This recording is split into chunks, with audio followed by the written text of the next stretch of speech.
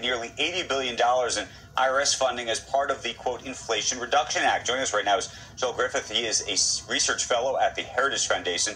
Chuck Marr is the vice president for federal tax policy at the Center on Budget and Policy Priorities. Good morning to both of you. Joel, I'm going to start with you. This has caused quite a ruckus, and the real question, I think, at this point is just how many Americans are going to be audited and whether we should consider that a benefit or a problem. Yeah, well, thanks for having me. The bottom line with this is 87,000 new federal tax agents mean that a lot of middle-class Americans and small business owners are going to be subject to increased scrutiny. And we know this based on prior data. And the prior data shows that those with adjusted gross income of under $50,000 suffer a disproportionate share of these audits. And if you look at C Corps versus S Corps, of course, S Corps are typically those smaller sole proprietorships, and they receive a disproportionate share of these audits. In fact, the CBO estimates that 1 in 4 of these new audits will actually hit those sole proprietors. And I think any of us that have been small business owners or know them, we know that those audit costs can be $20,000 easily. And that's true even if you've actually been paying your taxes. And that's why we view this threat as severe for middle-class taxpayers and small business owners in particular. Joel, I don't think anybody, I think we'll all agree, wants small business owners or especially people who can't afford to go through an audit, as long as they're paying their taxes. The conundrum is we have two problems. We have people at the very high end who really don't pay their taxes, and I think we know that.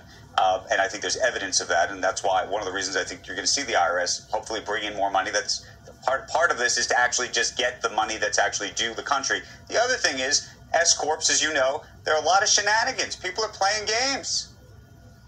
Well, look, we know that this is going to be a shakedown of the middle class. We've estimated, along with JCT, that those earning between $50,000 and $75,000 per year, they're going to see their taxes as a result of this shakedown increase by about $2,000 per year on average. That's insult to injury. Why are you considering those very families have seen their why real are we wages calling it this is shakedown? But I don't understand why we use this terminology. It's a why would it be a shakedown if people haven't paid taxes that they owe? Well, it's a shakedown because even those that have paid their taxes are going to end up living with the tension, the stress of knowing they might face an audit. And if you are audited, if you're a small business owner, the type of stress that this levies on you, I've known people that have gone through this. They can't afford the extra $20,000, $30,000 in lawyer fees and CPA fees. To think that we're going to quadruple the size of our agent workforce, 87,000, that's enough to almost fill the horseshoe at Ohio State University. This is really an insult to American families. Chuck Marr, what do you think of this? 87,000 IRS agents to audit and to pull over $200 billion from American taxpayers to fund this new bill.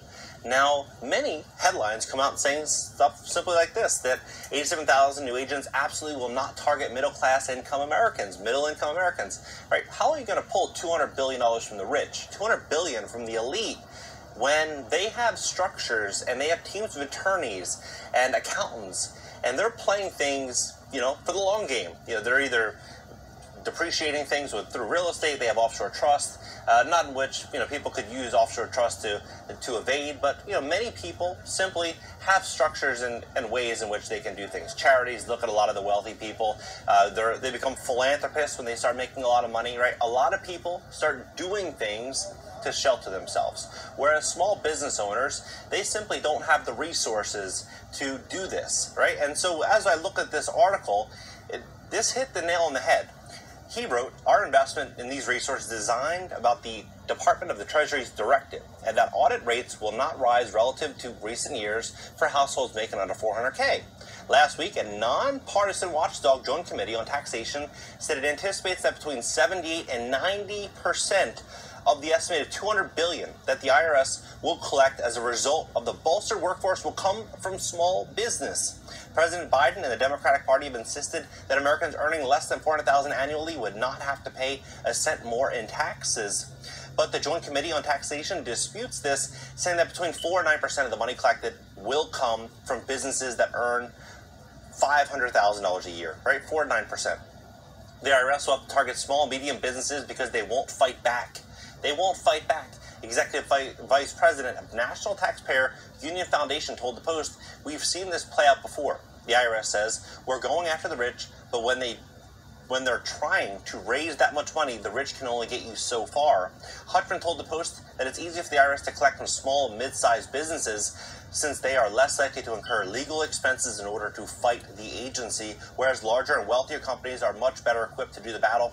The approach here is to double the IRS workforce, take the leash off, and see how much they can collect. I think they'll collect it, but it'll be quite painful, right? This is going to happen. It's already moving. But this is where I think a lot of people aren't looking at. They may say, okay, well, last year, they're going to go after my last year's returns. But no, they can go back 3 years. But if they end up discovering something, then they can continue going back multiple years. And then at that point in time, they can then pull penalties, interest, all the expenses can come.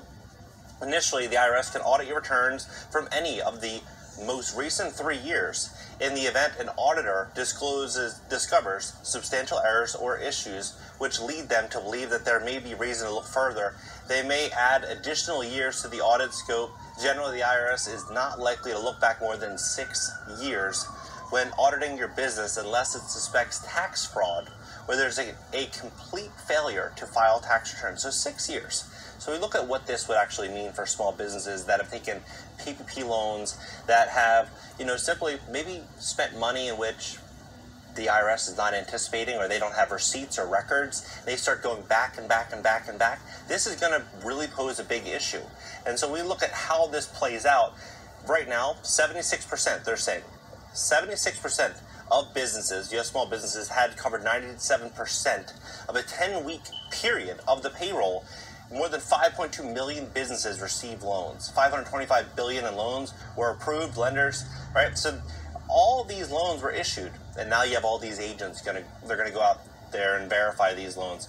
Now, with 144.3 million taxpayers, you would think, okay, well, 144.3 million taxpayers, that would mean that, 1,658 people per taxman, right? 1,658 people. But the reality is they're not going to go after, I believe, just everyday Americans, everyday, $30,000, $40,000 a year earners, because how much money can they really extract from that type of earner? They're going to go after the small business, right? The small business, there's 31,700,000 small businesses. And so when we look at that data, it's one tax person for every 364 Americans, right? And so what I think is actually going to happen is we're going to see audits really coming in a tsunami-like fashion. If these 87,000 agents are assigned and they're going to go out there and they have a goal of collecting $200 billion, that's what they're going to do. They're going to go out there and try to collect that $200 billion. And so what I think is very smart right now is people to get prepared for what's to come. I think hiring a great accountant, having a good accountant on your side, making sure that everything is buttoned up, and having a solid plan. And that being said, today's video is sponsored by the solution